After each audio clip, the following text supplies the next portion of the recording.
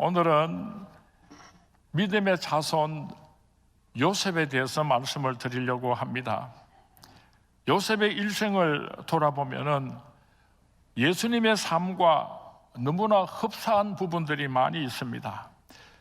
요셉은 장차 오실 예수 그리스도 메시아의 모형이기도 하십니다. 요셉은 이삭의 가장 사랑받는 아들이었습니다. 형들의 질투와 모함을 받아서 은 20에 애굽의 노예로 팔려가서 23년을 종노릇하면서 살았습니다. 그러나 그는 애굽의 총리 대신이 되어서 온 가족을 구하고 민족을 이루어서 오늘의 이스라엘 국가를 만드는데 모퉁이 돌이 되었습니다. 이는 내 사랑하는 아들이라 하나님의 사랑을 독차지하신 예수 그리스도, 그분은 하나님의 아들이십니다. 하늘 영광 버리고 이 땅으로 찾아오셨지만은 모함과 고난을 받으시다가 가룟 유다에게 은 30에 팔리셨습니다.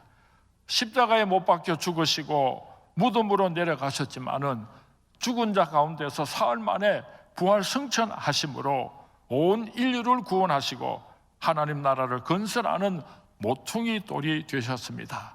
이런 부분이 있어서 요셉과 예수 그리스도는 매우 흡사한 모습을 하고 계십니다.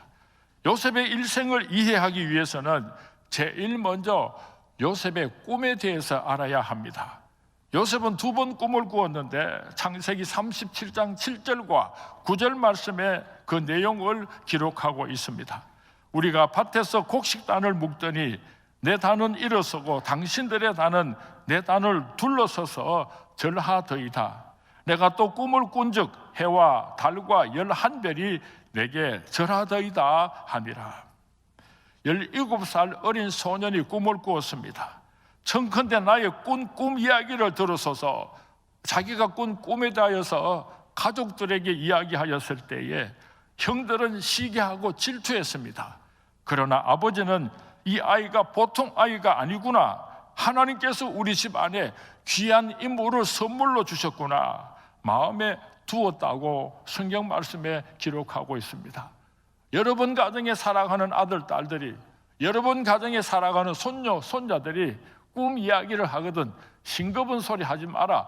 그렇게 일축하지 마시고 하나님께서 우리 믿음의 자손들에게 귀한 꿈을 주셨구나 하고 여러분들의 마음에 둘 수 있게 되기를 바랍니다.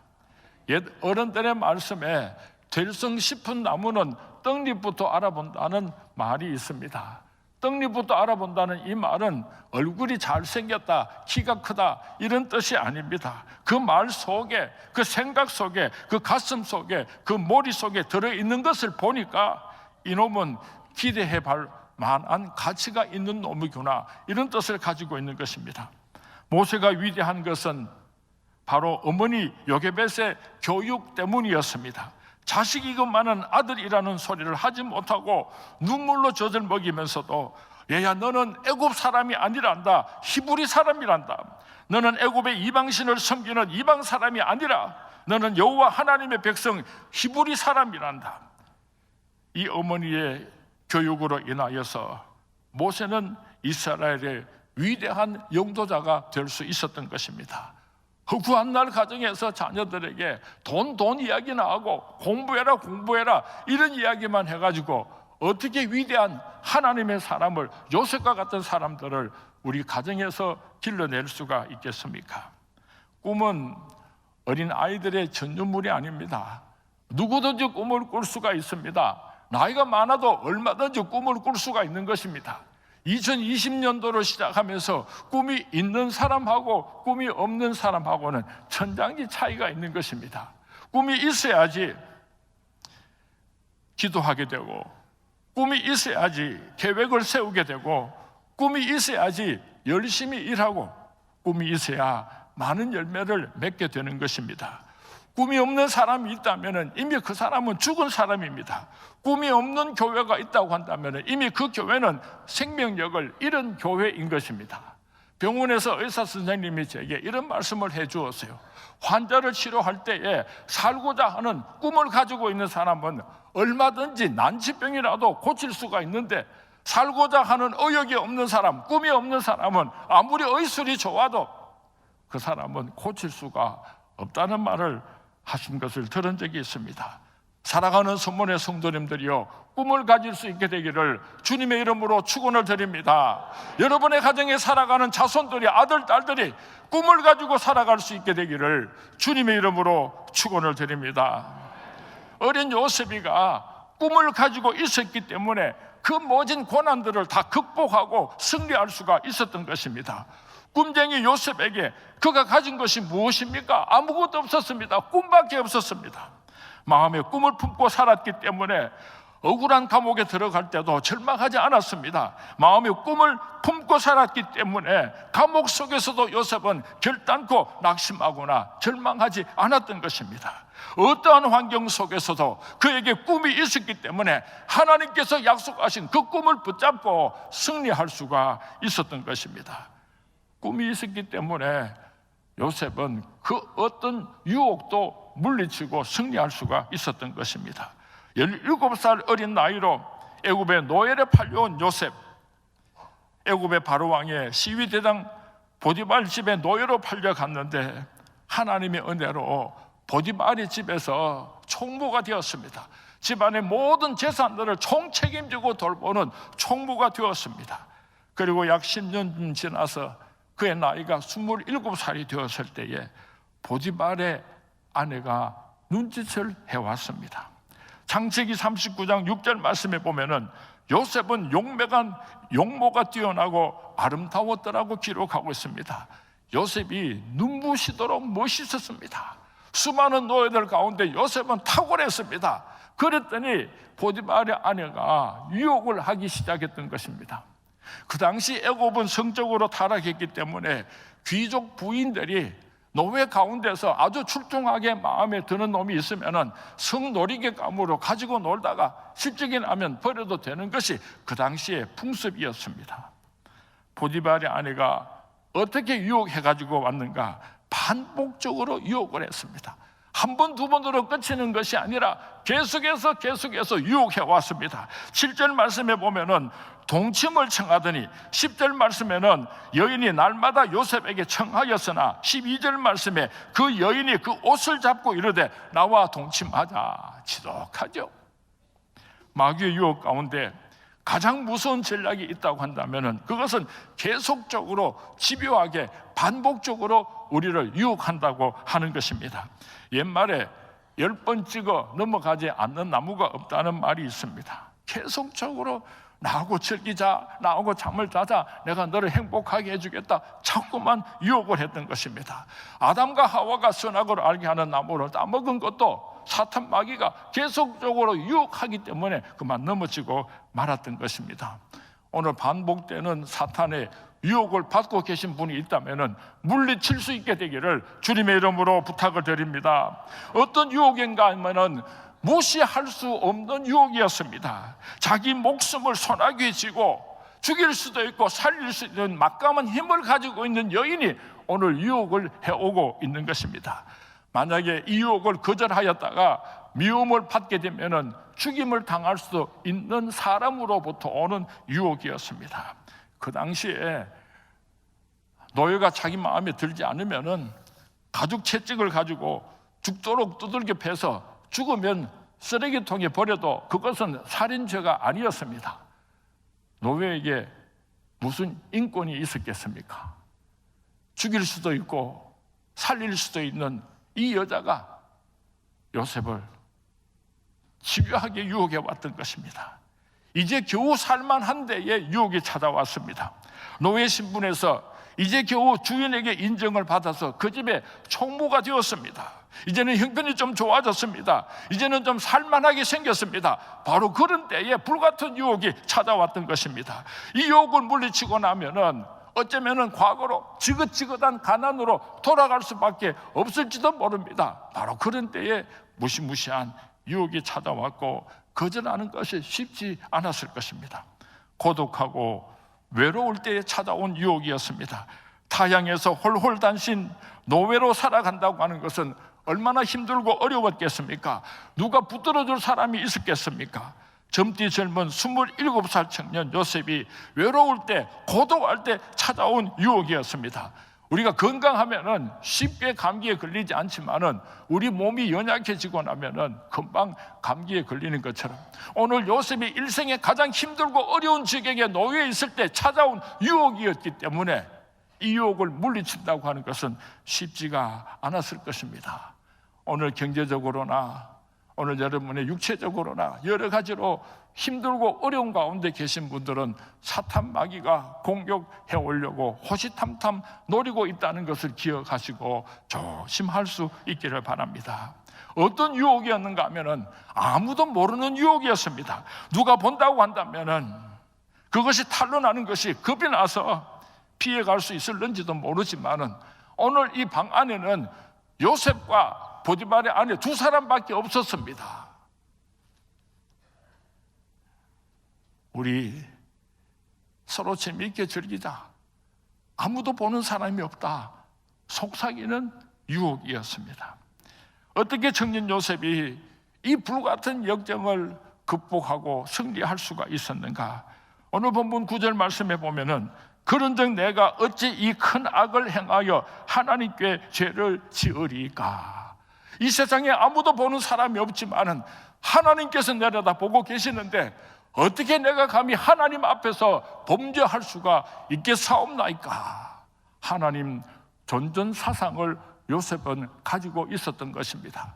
이 세상 아무도 보지 않는 그곳에서 불같은 유혹이 찾아올 때 저와 여러분들은 하나님께서 보고 계신다는 것을 잊어서는 안 될 것입니다. 우리가 죄를 지을 수 없는 까닭은 사람을 무서워하는 것이 아니라 하나님을 무서워하고 하나님을 두려워하기 때문인 것입니다.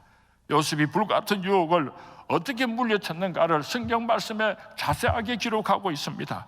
8절 말씀에 보면은 신속하게 거절하였다고 기록하고 있습니다. 머뭇거리다가는 실패할 수밖에 없습니다. 9절 말씀에 보면은 확고하게 거절하였다고 말씀하고 있습니다.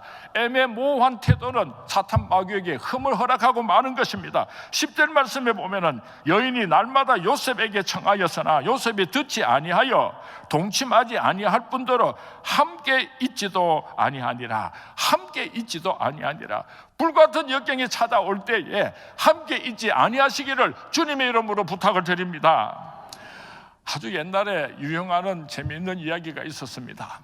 기도원에 기도하러 올라갔다가 한 사람이 이제 내려오면서 택시를 합승해서 타고 내려오는데 왼쪽에는 아주 나이가 많은 할머님이 타시고 오른쪽에는 젊은 아가씨가 탔는데 그 가운데 이 성도님이 앉아서 내려오면서 할머니 쪽으로 자동차가 기울면 이게 기도원에서 내려오면 꼬불꼬불하니까 차가 막 이렇게 밀리잖아요.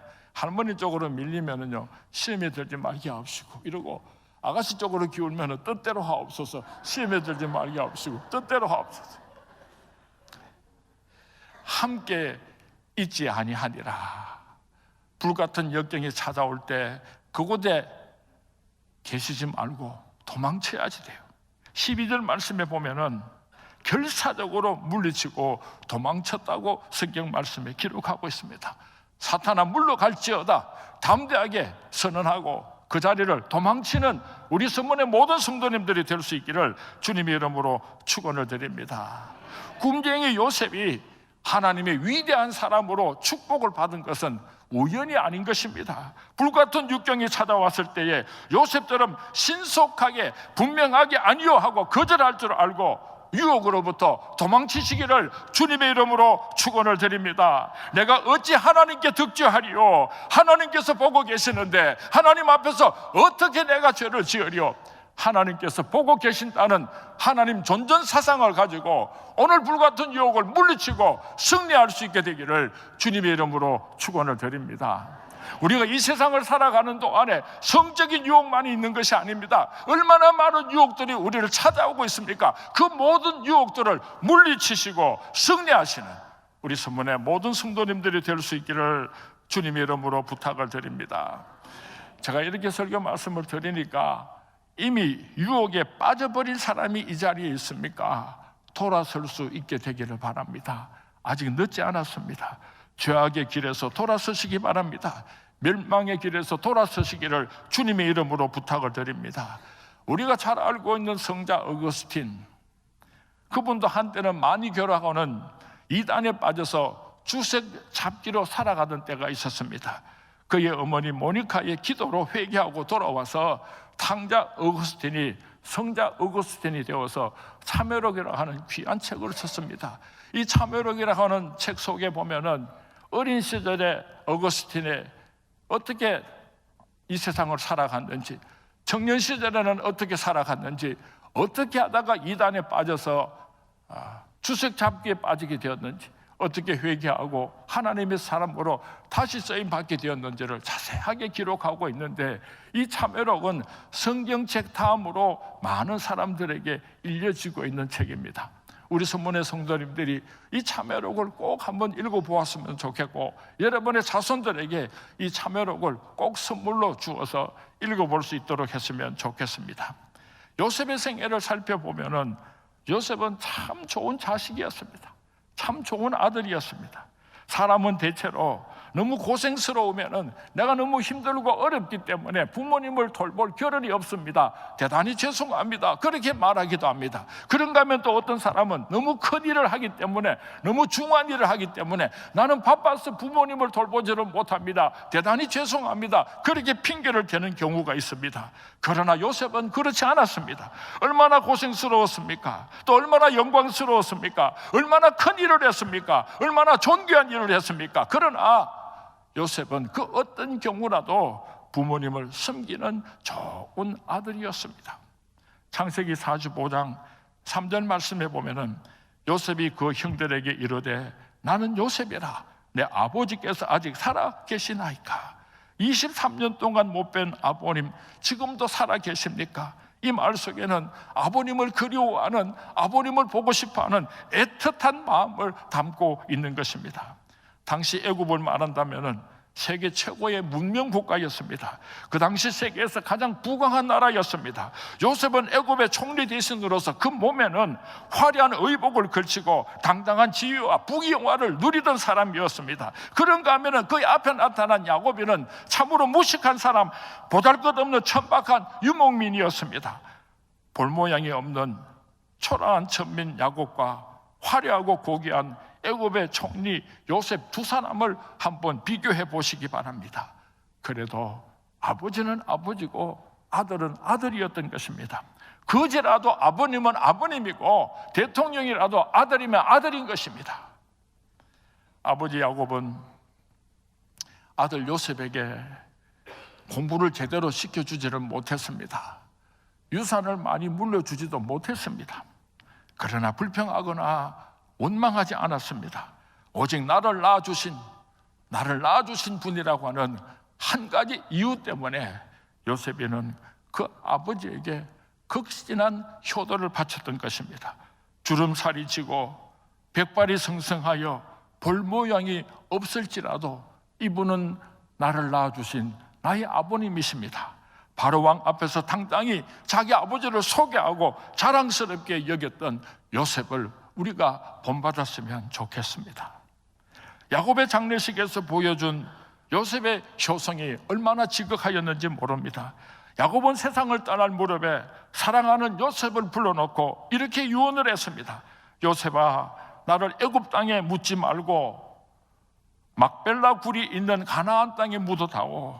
내 할아버지 아브라함이 믿음이 있는 그곳에, 내 아버지 이삭의 무덤이 있는 그곳에, 너의 어머니 내 사랑하는 아내 라헬의 무덤이 있는 그곳에 나를 묻어달라고 간곡하게 부탁을 했습니다.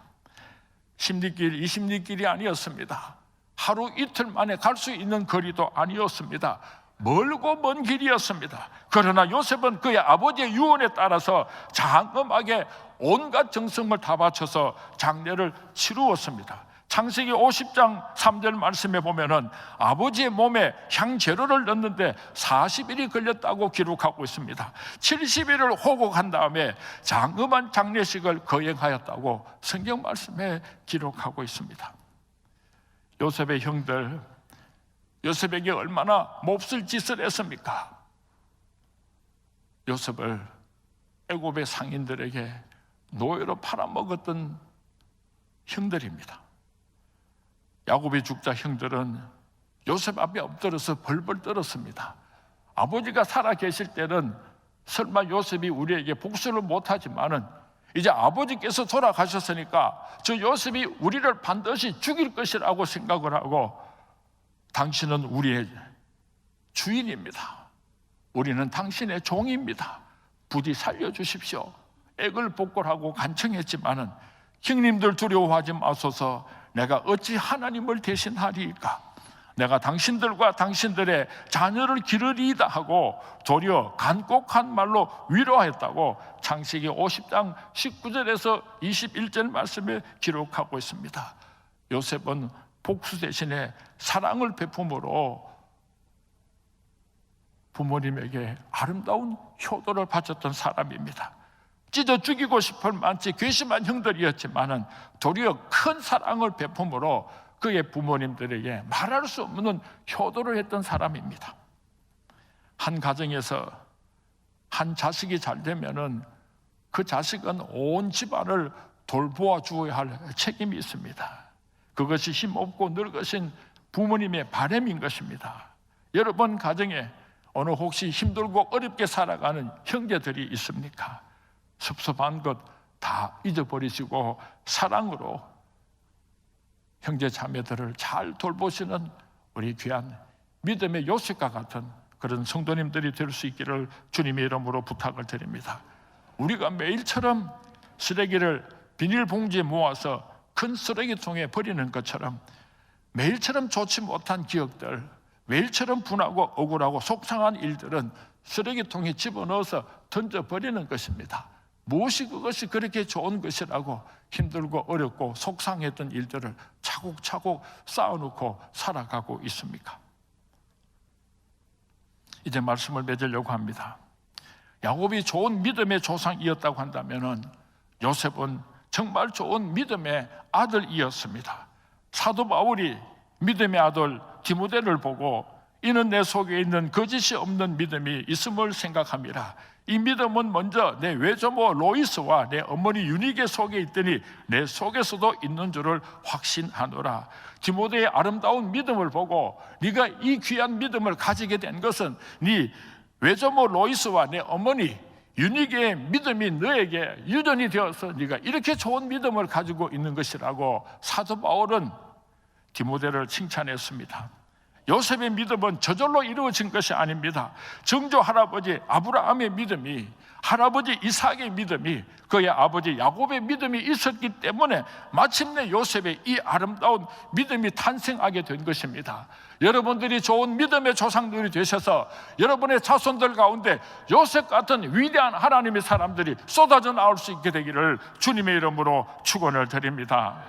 성경 말씀에 보면은 요셉 때문에 애굽이 복을 받았더라고 여러 곳에서 되풀이해서 기록을 하고 있습니다. 요셉 한 사람 때문에 애굽이 큰 축복을 받았습니다. 요셉 한 사람 때문에 요셉의 가문들이 큰 축복을 받게 되고 이스라엘 민족들이 축복을 받게 되었습니다. 하나님께서 아브라함에게 축복하시기를 내 씨로 말미암아 천하 만민이 복을 얻으리라, 이 약속이 요셉에게 와서 완전히 이루어지게 된 것입니다.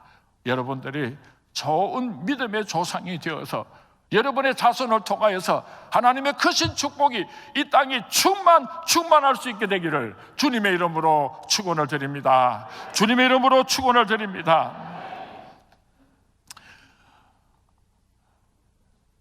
지난 주간에 청주에 있는 소풍교회라고 하는 개척한 지 몇 달이 되지 않는 아주 자그마한 교회 가서 집회를 인도하고 왔습니다. 저같이 부족한 사람이 선문교회 담임 목사가 된 것이 너무 고맙고 황송하고 내가 어떻게 이 큰 사랑의 빛을 갚을 수가 있겠는가 고민하던 가운데 정말 가난하고 어렵고 또 농어촌 미자립교회나 개척교회 힘든 교회들을 찾아가서 말씀을 증거하고 그 교회에 어려운 사정이 있으면 있는 힘을 다해서 도와주겠다고 그렇게 결심을 하고 1년에 3교회에서 5교회를 찾아가서 집회를 인도하기 시작한 지 한 15년쯤 됐습니다. 원래는 이 소풍교회라고 하는 자그마한 개척교회를 다녀왔는데요. 이 소풍교회 이름이 소풍 가는 교회가 아니고 소망이 풍성한 교회라는 뜻을 가지고 있답니다. 제가 이 교회 가서 집회를 인도하면서 한 귀한 가정을 만나게 되었는데 김현구 집사님입니다.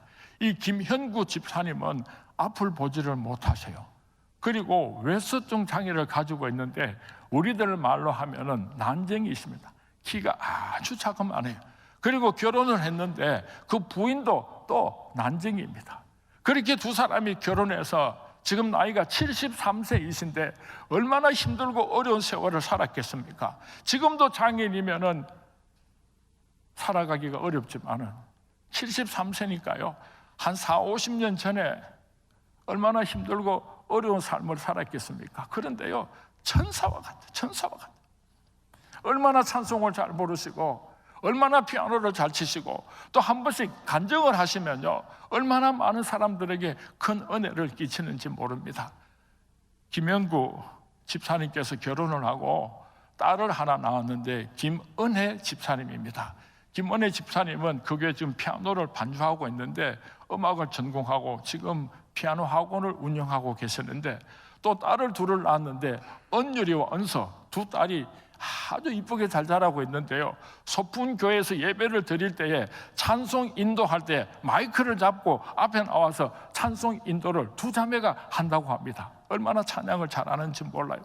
제가 큰 감동을 받아가지고 3월이나 4월 달에 우리 선문교회에서 가족을 초청할 때니까 소풍 가족 음악회를 준비해 주시기 바랍니다. 독창도 하시고 간증도 하시고 또 가족창도 하시고 아주 다양한 순서를 준비해 오시면은 우리 선문교회에서 가족 음악 예배를 드렸으면 좋겠습니다 하고 부탁을 했더니요, 은유리하고 은서가 지금부터 이제는 자기들이 이중창을 연습을 시작했답니다. 한번 잠시 볼까요? 은유리, 은서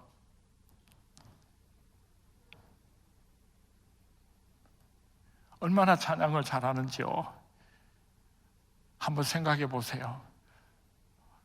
우리들은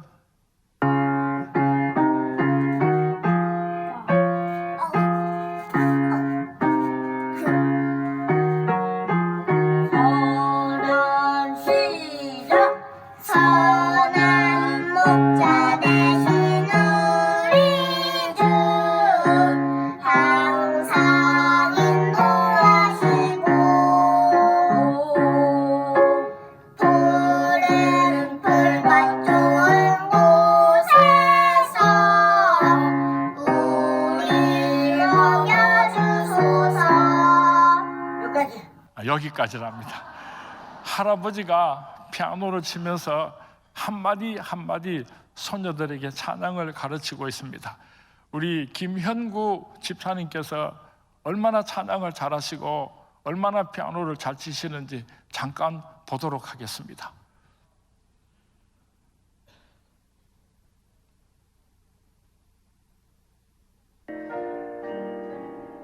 네, 찬양하십니다.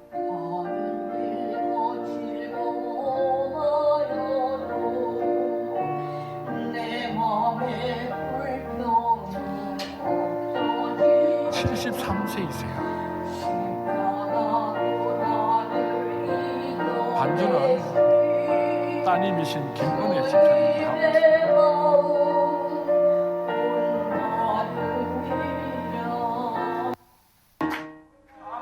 피아노 치세요.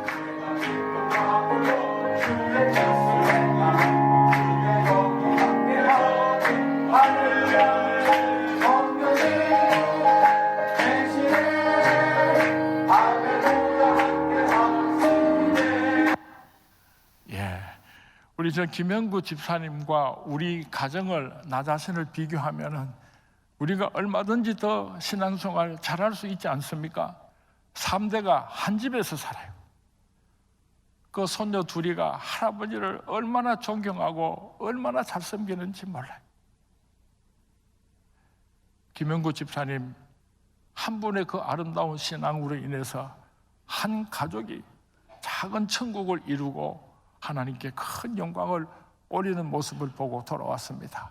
우리 선문의 모든 성도님들도 2020년도를 시작하면서 나 한 사람 때문에 우리 가정이 천국이 되고 나의 아름다운 믿음으로 인하여서 우리 가정의 자손들이 요셉과 같은 하나님의 사람들이 쏟아지는 가정의 주인공들이 되시기를 주님의 이름으로 축원을 드립니다. 주님의 이름으로 축원을 드립니다.